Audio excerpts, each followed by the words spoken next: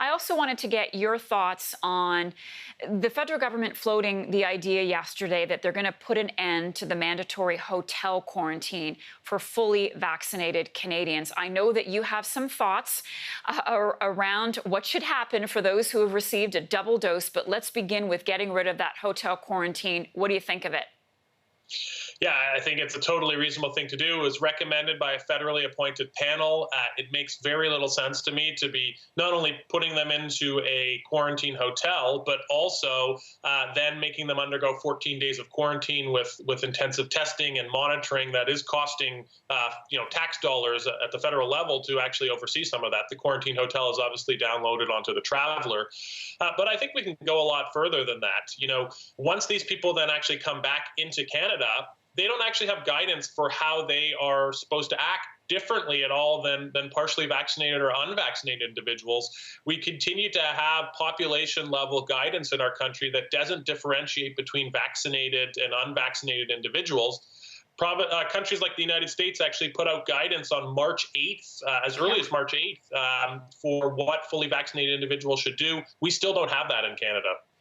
Well, why not? I mean, we saw Manitoba come forward. They're putting forth a plan and a vaccine pass for those who've received the double dose. Why do you think Canada is so behind on this? And what do you think is the potential impact of that? Do you think it's kind of talking down the vaccine by not saying, hey, here's all the freedoms that you can have if you do get your doses?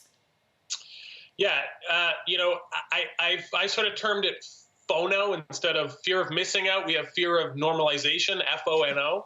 I think we're really slow at this in Canada. We have been slower in terms of our vaccine program, but we're now piercing towards the top in the world in terms of first doses.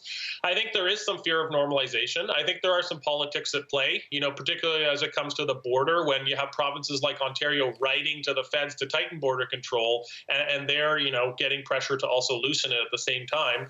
I think we also have this notion of solidarity and that we all need to move together in Canada, and we're all in this together. And I think that's actually plagued our ability to be a little more nuanced and precise in terms of creating individual rather than population level guidance. But I think there are three sort of major risks and harms here. One is we need to show people, we need a carrot to push all those people who haven't been vaccinated, who are on the fence. This is what life will look like when you're fully vaccinated. We might actually be undermining confidence in vaccines if we don't actually show people how life will change. The second thing is, that concept of moving together. There's also the concept of we need actual guidance. If we don't tell fully vaccinated people what they can and cannot be doing, they're going to start to make up their own rules. And you're not fully vaccinated until you're at least 14 days after your second shot. Some people don't understand that.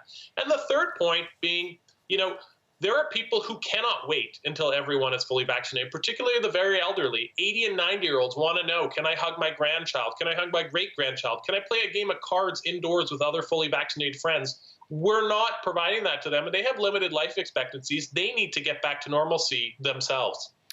I'm going to use that term, fear of normalization. That's a good one.